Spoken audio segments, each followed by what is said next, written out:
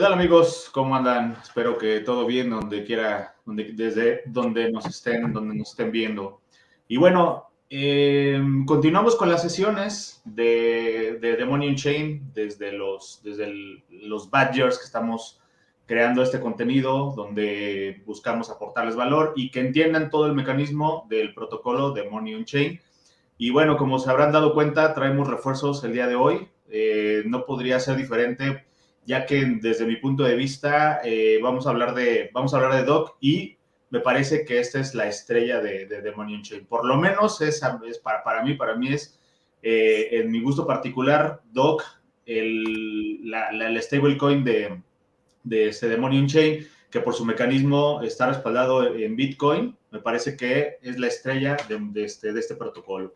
Entonces, bueno, pues vamos a presentar como cada semana, bueno, no cada semana, cada episodio. Lego y yo estamos comúnmente y ahora traemos refuerzos y traemos de invitado a Kevin. Así que vamos con tu presentación, Kevin, tú que eres el invitado esta vez. Y que bueno, ojalá no seas invitado, de repente que te vengas a platicar de Demonium Chain, lo que tú quieras. Aquí vamos a estar contigo opuestos a hablar de esto. Excelente, bueno, un placer. Mi nombre es Kevin Hernández, me conocen en Twitter mejor como Kevin Negocios. Yo soy fundador de una iniciativa de educación en criptomonedas llamada Criptodemia y también soy un badger de Demonium Chain, precisamente porque también, al igual que ustedes, me identifico mucho con la solución que traen al ecosistema y específicamente el funcionamiento, porque entre todas las cosas que ofrece Demonium Chain, tiene un modelo que a mí me parece estable, de verdad, que puede perdurar en el tiempo. Perfecto, Kevin. Pues muy agradecido que te hayas dado el tiempo de estar por acá y reforzarnos ahora que bien vale la pena para hablar de Doc. No porque los otros tokens no tengan importancia, de hecho, todo el protocolo está relacionado entre todos los tokens, pero me parece que Doc, y yo no sé si estén de acuerdo conmigo, es una parte importante, primero para Money Chain, pero también para todo el espacio cripto. Lego. Claro, yo creo que en lo que es Money on Chain, las cosas como que orbitan alrededor de Doc, a mi parecer, a la manera en que yo lo entendí.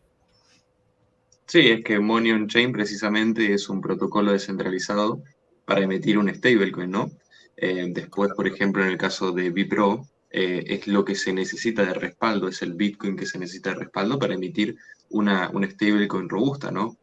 Con estas propiedades de ser resistente a la censura, ser descentralizada, trazable, pero sobre todo, bueno, con este modelo robusto que le permite sobrevivir al sistema fiat incluso. Desde mi punto de vista, creo que es mejor, es una mejora al sistema fiat que estaba implantado, ¿no? Que está implantado, porque estamos teniendo una reserva de valor tras una unidad de cuenta. Entonces, creo que Doc es muy valioso por eso, y bueno, Bpro, Mob también creo que son partes fundamentales de la arquitectura de Demonium Chain. Así es, Lego. Y estaría bueno también quizás, Kevin, que nos comentes un poco, porque esto es para lo que nos juntamos, ¿no? ¿Cómo es el mecanismo, ¿no? que hay atrás de Doc? Desde tu punto de vista, desde tus palabras, quizás para que una persona que nunca vio Money on Chain lo pueda entender. Ok, mira, a mí siempre me gusta entender a Money on Chain y de hecho hago también esto en Bitcoin para comprenderlo. Por ejemplo, en Bitcoin lo hago en comparación con el fiat. Primero entiendo el fiat y luego entiendo Bitcoin. En este caso, primero entiendo las otras stablecoin y Bitcoin. Prácticamente las stablecoin del mercado se están dividiendo en dos grandes grupos. El primer grupo son las stablecoin centralizadas, las más grandes, las más populares, que es un mecanismo más fácil de entender imposible. Pongo dólares en un banco, en la cuenta de banco de una empresa, y esa empresa le saca una comisión a esos dólares y procede a imprimirte cierta cantidad de monedas ancladas a ese dinero que tú pusiste en la cuenta. Ahora, obviamente estas monedas quieren tener un modelo de negocio rentable y no van a vivir nada más de esas comisiones que no son tan esporádicas como ellos quisieran.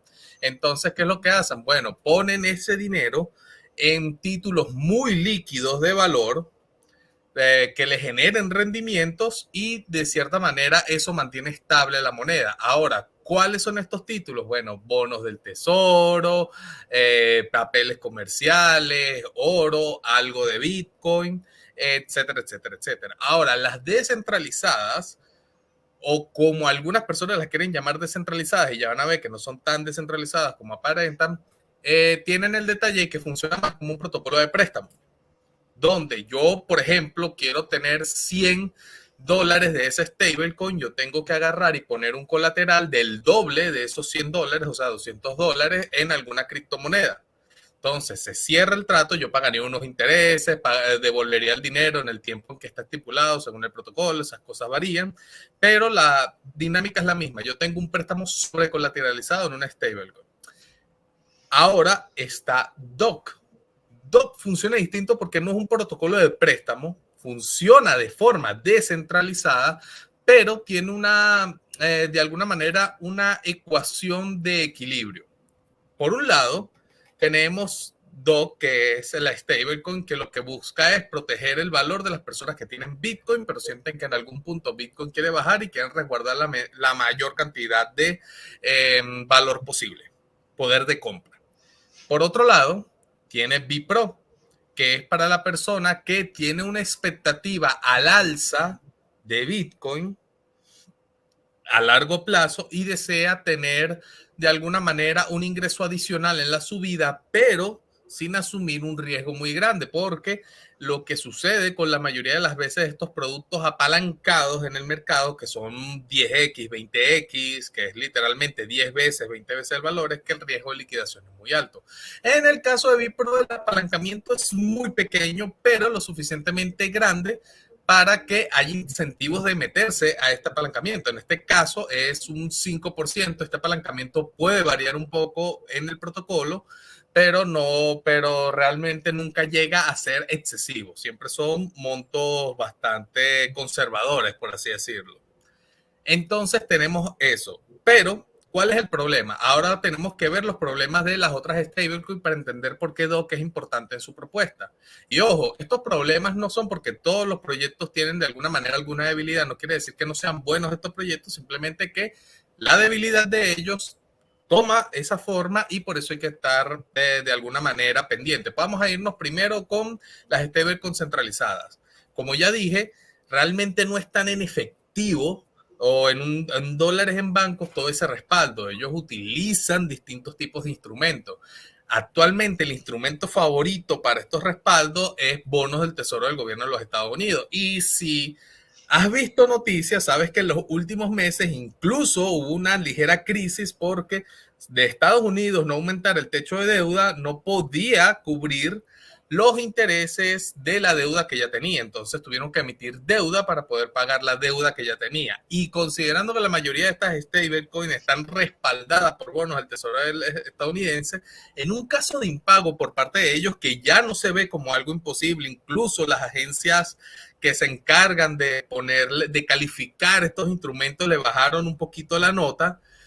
Quiere decir que, o sea, no es tan imposible como se planteaba en el pasado. Entonces, un riesgo de impago pudiera llevar a que estas stablecoins no estén respaldadas. En el caso de las stablecoins descentralizadas o las que funcionan como protocolos de préstamo es aún peor el caso porque es bien gracioso. Por un lado, tienes dos vertientes. Una, tienes muchas criptomonedas de valor variable en el colateral, queriendo decir que en un bear market muy violento, que esto ya ha pasado, pueden caer de manera tan drástica que pierden la paridad, ya no tienen suficiente respaldo para la cantidad de stablecoin que está emitida. Entonces, ¿qué es lo que hicieron estos proyectos para protegerse? Bueno, ahora parte de mi respaldo, de hecho, más del 60% del respaldo está en stablecoin centralizada. Entonces, prácticamente estás multiplicando por 2 el riesgo de contrapartida, el riesgo de que estas stablecoins de alguna manera cometan un error, no por malicia, ojo, simplemente porque, bueno, esto es el mercado, pues cualquier cosa, realmente cualquier cosa puede pasar. Entonces no tienes una protección diferente a lo que sería una stablecoin centralizada. Ahora, Doc, por otro lado, con la misma ecuación que tiene, de alguna manera, tiene una solución para esto. ¿Por qué? Vamos a suponer que yo llego y obtengo, creo que Bitcoin va a bajar de una manera muy violenta. Esperemos que no, pero bueno, vamos a suponer que los haters de Bitcoin tienen razón. Yo llego y digo, bueno, entro al protocolo porque siento que esto va a caer y las demás stablecoins no me dan confianza, yo voy a agarrar y voy a poner mis Bitcoin en Doc. Si yo tengo $20,000 en Bitcoin, el protocolo me va a dar 20,000 Doc. O sea, no va a haber de alguna manera una penalización, una sobrecolateralización, nada. Nada, 20,000 Doc. Ahora, en el caso de que Bitcoin suba, porque vamos a poner el peor escenario primero, yo no voy a poder redimir esa cantidad de Bitcoin que puse. ¿Por qué? Porque ya esos Bitcoin valen más. Pero no sería diferente a cuando cambias tus Bitcoin por cualquier otra stablecoin en un exchange esperando que de repente baje. Es el mismo principio, simplemente que aquí lo estás haciendo de forma descentralizada. Ahora, ¿para dónde se fue ese dinero mío? Porque, o sea, si yo perdí, alguien tuvo que ganar. En este caso son los holders de Bipro, que es la otra parte de esta ecuación. Como ellos están ligeramente apalancados, esa liquidez de Doc, cuando Bitcoin sube, pasa de alguna manera al valor de Bipro, y eso es lo que ellos pueden hacer, que lo retiren el Bipro y obtengan más Bitcoin del que originalmente tenían. Esa diferencia con respecto a el precio en el que yo obtuve mis Doc y el precio en el que se retiró. Ese ligero apalancamiento les dio a ellos esa ventaja. ¿Por qué? Bueno, porque así es como funciona. Ahora, pero en el segundo caso, y es el caso que es bien interesante, supongamos que cae, que de verdad tuve razón y el precio de Bitcoin pasa a la mitad del precio que tenía originalmente. Allí, esos Doc que yo tengo pasarían a obtener el doble de Bitcoin. ¿Por qué? Porque el apalancamiento, así como funciona a tu favor, funciona en contra de ti.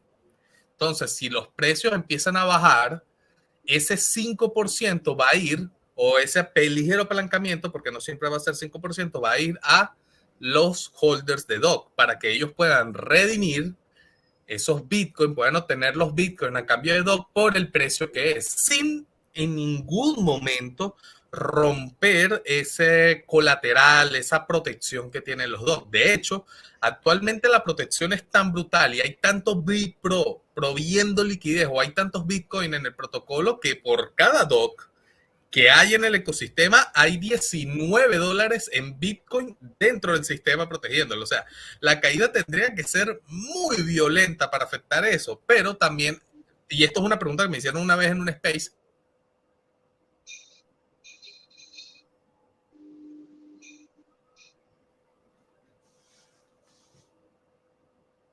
Creo que ahí se congeló Kevin. Parece que sí, che. Perdí un poco la señal. Aprovecho para que en lo que retoma Kevin la señal, hacer el disclaimer de cada episodio. Esta información es solamente con términos educativos, con un enfoque educativo y no se debe de tomar como una recomendación de inversión. No tenemos las credenciales para dar asesoría de inversión, entonces no se debe tomar en ese sentido. Sin embargo, bueno, todo este contenido, estos esfuerzos que hacemos es para que cada uno al final, si esto te sirvió, pues tomes una decisión en función de esto y en función de otras investigaciones que estés haciendo. Entonces, No, bueno, es que en verdad Kevin tocó muchos temas del protocolo de Money on Chain, desde esta diferencia que hay entre las monedas descentralizadas y las centralizadas, ¿no? De cómo es Tether, de cómo es USDC, lo que hablamos en el episodio anterior, cuando hablamos de la introducción a las criptomonedas. Bueno, a las stablecoins. Kevin, perdón, lo vio con dos tipos diferentes, descentralizadas y centralizadas. Es una perspectiva. Yo lo tomé desde su respaldo a esas tres divisiones en el capítulo anterior, viste cuando dice la división de stablecoin respaldada en fiat, respaldada en cripto y algorítmicas. Bueno, eso era una perspectiva de los tipos de respaldo que tienen las stablecoins. También comentó sobre estos mecanismos que tiene Money on Chain, por ejemplo, en el caso de una bajada muy abrupta del precio de Bitcoin, el mismo mecanismo tiene algo que se llama como una línea de emergencia, que se llama un ratio objetivo, una cobertura objetivo también le podríamos decir, que no tiene que ser y no va a ser nunca superior perdón, inferior a 4. En el caso de que sea inferior a 4, estos mecanismos se van activando en DOC y, por ejemplo, incentivarían más lo que es el apalancamiento en el caso de Bipro para que, bueno, pues haya más liquidez y incentiva la adopción en este momento difícil del precio de Bitcoin, por así decirlo, del stablecoin. Así que comentó muchos aspectos importantes del protocolo en 10 minutos. Hizo un recorrido completo.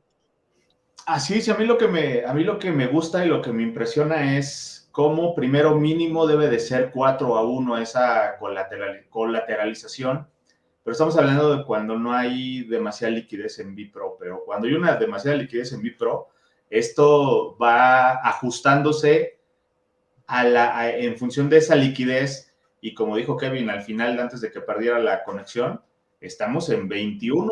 O sea, por cada dólar que se mintea, que aquí se crean, se mintean. Ahorita vamos a hablar un poco de cómo no existe la liquidez de DOCs en el protocolo. Entonces, cada DOC que se mintea tiene $21 en Bipro. Sí es cierto que la narrativa siempre hablamos e incluso lo podemos ver aquí abajo en el texto donde dice DOC stablecoin respaldada en Bitcoin. Evidentemente, y tenemos que ser muy claros en esto, no está respaldada con Bitcoin nativo. Está respaldado por un token que viene de un mecanismo que se crea a partir de Bitcoin. Y es un poco lo que mencionábamos, no me acuerdo en qué episodio, pero tienes BTC, los conviertes a RBTC, este es el acceso que te da a la red de Rootstock y este RBTC es el que se lleva a DeFi. Después de RBTC se crea Bipro con ese apalancamiento que se menciona, un apalancamiento para los traders es muy, muy conservador, para los conservadores me parece que está bien porque aparte tiene una función el Bipro que es los incentivos a los que aportan la liquidez al protocolo. Ese apalancamiento es de 1.05 y ese Bipro finalmente es el que está respaldando a DOC. De tal forma que, o sea, sí no es Bitcoin nativo, pero por su mecanismo, finalmente viene en un hilo, viene en una cadena que parte de Bitcoin. Por eso es que la narrativa que nosotros tenemos como embajadores de Rootstock o como badgers de Money on Chain está respaldado por Bitcoin. Creo que también es un poco el hecho de que la mayoría de las personas conocen a Bitcoin y no conocen a Bipro, pero siempre, y en un afán de ser responsables con lo que estamos transmitiendo, siempre aclaramos que ya cuando hablamos ya en estos formatos o que platicamos uno a uno con personas, a ver, no es nativo, es Bipro, pero bueno, viene, como lo mencioné, ¿no? Atrás, el punto de partida es Bitcoin. Entonces, exactamente, sí. Y la otra parte, luego, la liquidez de Bipro, ¿no? Digo, perdón, o sea, es como que no existe. Perdón. Sí, te escucho, se me fue el internet por un segundo. No te preocupes. El siguiente punto era la liquidez que no existe dentro de DOC, porque nos han llegado a preguntar, seguramente a ti también te han llegado a preguntar o has visto cuestionamientos acerca de esto, y es ¿y cuál es la liquidez de DOC dentro del protocolo? Bueno, ya hablamos de que se mintean y cuando se redimen, se queman esos DOCs, por lo tanto no hay una liquidez. Exactamente. Es básicamente, Money on Chain lo podríamos asociar mucho al significado o al concepto de banca, ¿no? Una banca. No una banca quizás de crédito, una banca inmobiliaria o un banco. Un banco es diferente a una banca. Pensemos en Money on Chain como esa forma de poder ser dueño de nuestros propios dólares, porque los estamos creando a través de este respaldo que nosotros, o sea, que todo el mecanismo usa de Bipro, ¿no? Entonces, sí, la palabra misma que te dice mintear y redimir significa crear o destruir, son sinónimos. Así Quemar, que sí. como se estila más dentro de cripto, ¿no? Se queman los tokens. Exacto. Y muy curioso también lo que decís, ¿no?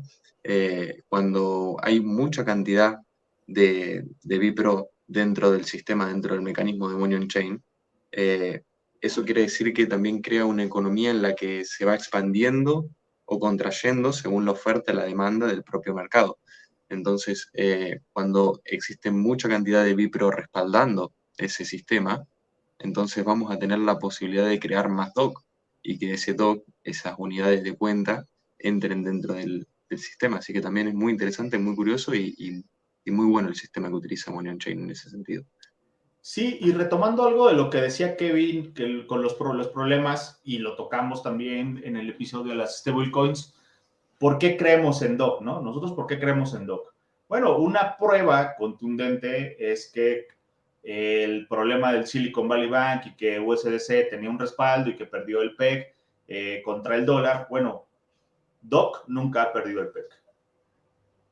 Exactamente, exactamente. Es porque cuando hablamos de DOC, estamos hablando primero de un mercado primario, que ese mintear y redimir del que hablamos antes, eso es el mercado primario. Entonces, Dollar on Chain tiene un precio de 1, pero después cuando se comercia en el mercado secundario es diferente al mercado primario, entonces sí hay una oferta y una demanda que hace fluctuar el precio. Pero principalmente alguien acercándose al protocolo de Money on Chain puede crear directamente DOC y redimirlo sin problemas. Y cuando uno lo está redimiendo, va a obtener los bitcoins que hay o sea, que vale esa cantidad de DOC, ¿no? A relación al precio actual del mercado. Así que es muy interesante, sí, sí, sí. Otros factores de confianza es la descentralización, que ya mencionaba Kevin. Tú comentaste Sí. también algo al respecto, y todas las características que tiene Bitcoin, que es incensurable. Ese es uno de los factores. ¿Qué otro factor, Lego? Y esta es completamente trazable. Es una moneda donde también conservamos la autocustodia de nuestro propio activo, porque nosotros, o sea, el Bitcoin que está dentro del sistema, digamos, somos propietarios. Quien tiene Bitcoin es realmente propietario de ese Bitcoin, de ese activo. Eso es lo que significa la autocustodia. A diferencia de lo que es tener un billete, un dólar, digamos, algo del sistema fiat o estas monedas centralizadas, perdón, como Tether o USDC, no tenemos la certidumbre de que eso va a ser largo en el tiempo. Entonces, estamos expuestos a esa terciarización por parte de los estados, de estas empresas, de la misma economía, que puede provocar un crash, como dijiste, en el Silicon Valley Bank, y bueno, estar expuestos ante eso. En cambio, en DOC estamos usando Bitcoin como respaldo y eso permite tener más fortaleza e inmutabilidad. Ya sabemos cómo va a actuar Bitcoin a lo largo del tiempo porque es dinero programable, es código, el código es ley en ese sentido, así que se puede predecir un alza de precio a futuro, por ejemplo, porque sabemos que la oferta de Bitcoin es decreciente. Entonces, si la demanda continúa estable y la oferta es decreciente, podemos presuponer que el precio de Bitcoin puede ir para arriba. Y de esa manera poder expandir una economía en DOC. Eso está muy bueno porque podemos crear una economía sostenible con una moneda de respaldo fuerte como Bitcoin. De acuerdo. ¿Te parece si comentamos los usos de DOC? Entiendo que no hay demasiada oferta donde podríamos estar usando los DOC, a diferencia de las otras stablecoins, donde pues casi todo el entorno cripto pues opera con esas stablecoins, ¿no? A diferencia de DOC, bueno, DOC no tiene tanta presencia, y tal vez es una de las cosas que hay que mejorar, que es tal vez una de las cosas que le duele a DOC. Sin embargo, bueno, está orientada también para otros perfiles, pero ya hay usos que se les da a DOC, y uno de estos usos que se le da está basado en Crypto Market, que es una marketplace que opera con criptomonedas y evidentemente tiene enlistado a DOC como parte de donde los usuarios pueden operar y pueden comercializar con DOC. Sí, incluido, también encontramos muchas plataformas dentro de Roofstock que comercian con el token DOC o el token DOC está listado en sus plataformas como Crypto Market, exchange como Let's Be, Cryptala, wallets como Defiant, como Vexos.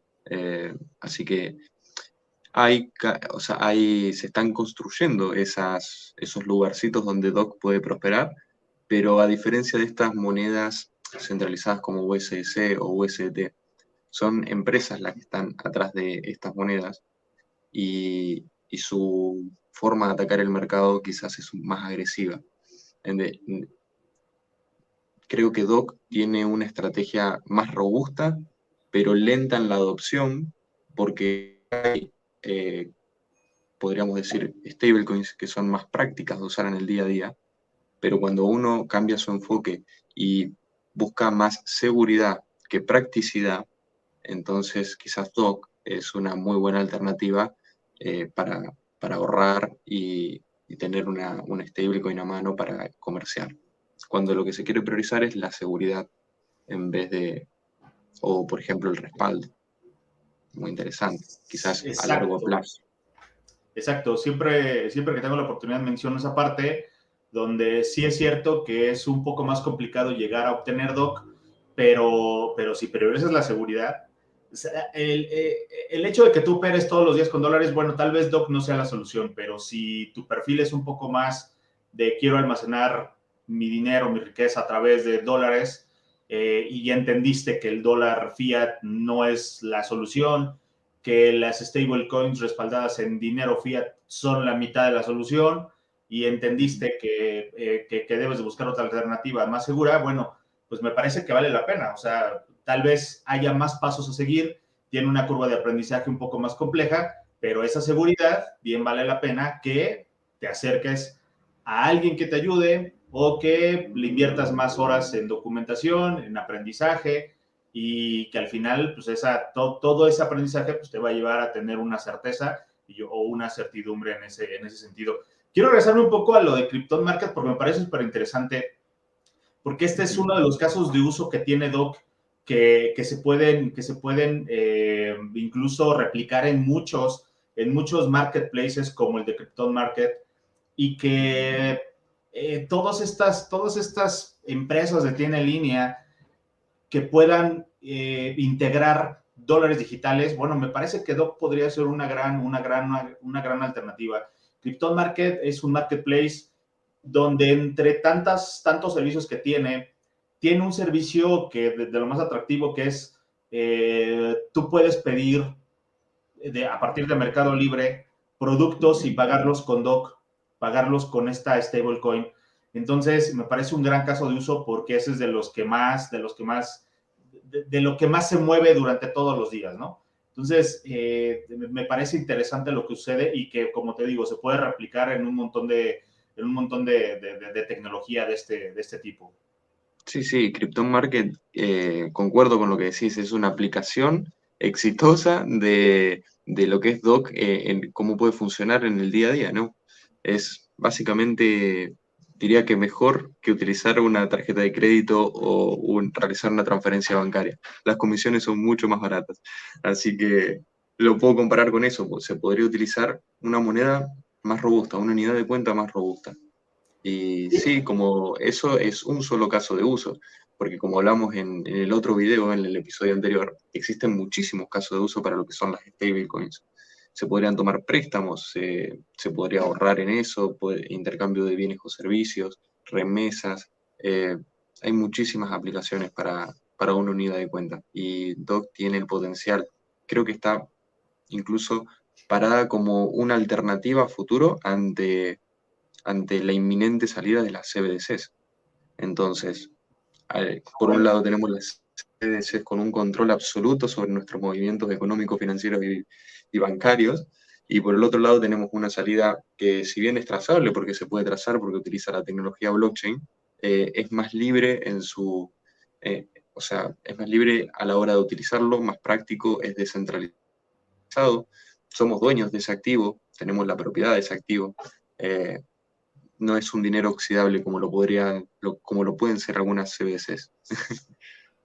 Sí, exactamente. Para cerrar un poco la parte de Crypto Market es qué te resuelve esa parte de que tú puedes operar con DOC al adquirir o comercializar productos de Mercado Libre. Bueno, simplemente que ya no vayas a hacer el cambio por dinero fiat con todo y lo que esto representa, ¿no? Porque de repente sí hasta piensas, bueno, para qué hago el intercambio? Entonces, el hecho de que haya una operación, una comercialización directa a través de este stablecoin de DOC, bueno, pues es grandioso lo que sucede con Crypto Market. Y bueno, lo que dice de los casos de uso, me parece que ya en otro perfil, ya no tanto en la comercialización de productos, en un día a día, el hecho de que este DOC te lo lleves a protocolos como Tropicus, donde puedes obtener todavía más dólares de tus propios dólares, obviamente estamos hablando de DOC otra vez, me parece que también es algo atractivo para las personas. Eso le va sumando factores de atracción para que la gente pueda venir a probar DOC, a venir a tocarlo y probar los protocolos como Tropicus, porque finalmente, pues, ¿qué estás esperando, no? O sea, tú llegas a DOC tratando de salvaguardar el dinero que en un momento tú recibiste, que tú te ganaste y que en el tiempo no pierda tanto valor como las monedas fiat de curso legal de cada país, ¿no? Entonces, en esto pues está probado que a lo mejor de los más estables pues es el dólar fiat. Si además vienes y lo transfieres a un dólar digital respaldado por Bitcoin y lo pones a trabajar, bueno, pues con mayor razón tiene más factores de atracción DOC todavía. Sí, es que pensemos también que el dólar estadounidense hoy por hoy conserva todavía lo que digamos es la hegemonía del mundo, ¿no? Entonces se comercia en gran parte del mundo. Y básicamente tener un stablecoin que representa el valor de la moneda más comerciada en el mundo, eh, y que tenga estas cualidades propias de respaldo, bueno, el tema de la trazabilidad, de que está sobre blockchain, es una oportunidad muy buena para utilizar al día a día. Concuerdo completamente. Sí, y creo que quizás tendríamos que ver, porque a futuro es una economía que aún es una industria que aún se está construyendo, ¿no? Cripto. Entonces, creo que al pasar el tiempo vamos a empezar a ver más aplicaciones de las stablecoins en la economía real y ahí vamos a empezar a vivir lo que es la bitcoinización, ¿no? Cuando se empieza a utilizar cripto primero un poco más y después se entienda que cripto tiene un riesgo y que quizás Bitcoin representa seguridad dentro de lo que es el mercado cripto, porque es diferente cripto de Bitcoin, ¿no? Entonces, mismo Bitcoin ya plantea una alternativa a todo un sistema diferente, a todo un paradigma. Entonces, ahí es cuando quizás empecemos a ver la hiperbitcoinización y ver que se empiece a impulsar una economía en Bitcoin. Doc está para eso, para impulsar una economía en Bitcoin. Perfecto, Lego. Pues creo que podemos ir concluyendo y de qué forma puedes resumir a Doc. Como la mejor alternativa frente al sistema fiat. Eso en simples palabras. ¿Vos cómo lo podrías describir? Seguridad, certidumbre, tranquilidad, el hecho de que traigas tu riqueza, almacenarlo en dólares.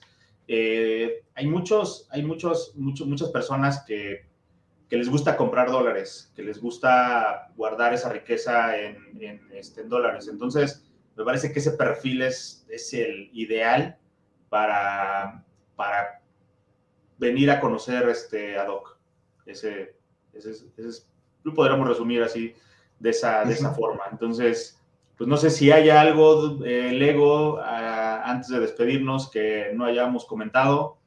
Es el momento, y si no, bueno, pues nos procedemos antes de cerrar, a compartir las redes. Déjame ver, ya las tenía aquí. Bueno, vamos a poner primero el de Kevin. Ahí pueden seguir a Kevin en X o ex Twitter. Fíjate, se combina bien, ex Twitter.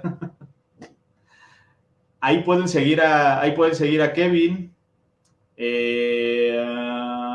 Aquí pueden seguir a Lego también en X. Y déjame ver, creo que no tengo las redes de Money on Chain, pero ahorita las ponemos. Mientras, a mí me pueden seguir aquí. Y vamos a poner las redes de Money on Chain donde nos pueden seguir. Mientras, Lego, que algo adicional. No, la verdad que Kevin en muy poco tiempo, en esos primeros 10 minutos, abordó mucho de lo que es el protocolo. Básicamente hizo una distinción entre lo que es una stablecoin centralizada y descentralizada. Después se explicó más o menos cómo es que los tenedores de Bipro transfieren esa volatilidad perdón, que los tenedores sí, que la volatilidad de los Bipro es sacada de los DOC. Entonces por eso los DOC se mantienen estables y los Bipro tienen ese pequeño apalancamiento. Después, bueno, comentamos un poco nosotros cómo es que, funcionan esas canillas en las que se permite emitir DOC o se permite emitir Bipro o no. Son diferentes circunstancias en las que actúa el mercado. Hablamos un poco de lo que es la cobertura global y la cobertura objetivo.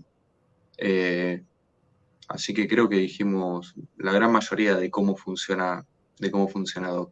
Incluso, bueno, pudimos abordar algo de lo que son casos de uso, especulamos un poco sobre las CBDCs, así que de todo un poco en esta ocasión. Ahí la CBDC, seguramente en otro episodio vamos a hablar un poco de lo que representa las CBDCs y cómo pueden ser mitigadas un poco por esa alternativa de DOC, ¿no? Entonces, pues una forma de protegernos de ese control, que además es completamente a la inversa a lo que sucede con las CBDCs, cuando tienes total cero privacidad, donde es censurable tu dinero, donde es congelable, o sea, tiene todas las características que a nosotros como usuarios del dinero no nos gustaría que nos vinieran a imponer. Y eso es un poco lo que sucede con las CBDCs. Y contrario a DOC, ya vimos todo, es todo lo contrario. O sea, aquí nadie te va a venir a quitar tus DOC, nadie te los va a congelar, nadie te los va a censurar, nadie te los va a quitar nada más a través de pura programación que digan, ok, ya no te vas a poder gastar tus DOC. No, aquí los vas a tener bien seguros. Entonces, bueno, Lego, ahora sí ya está las redes o ex de Money on Chain. Ahí también nos pueden seguir. Y bueno, pues con esto creo que podemos dar por finalizado el episodio. Si te gustó, pues bueno, ayúdanos a compartir, ayúdanos a que más gente conozca DOC y todo el protocolo de Money on Chain. Y si tienes dudas, bueno, igual puedes plantearlas en cada episodio que estamos haciendo y seguramente vas a obtener una respuesta de esa duda que tengas. Entonces, bueno, Lego, nos vemos el siguiente episodio y bueno, un agradecimiento a Kevin si alcanza a ver este episodio, un agradecimiento especial a Kevin. Entonces, Lego. Un saludo a todos y bueno, le mandamos saludos también a Kevin. Hasta luego.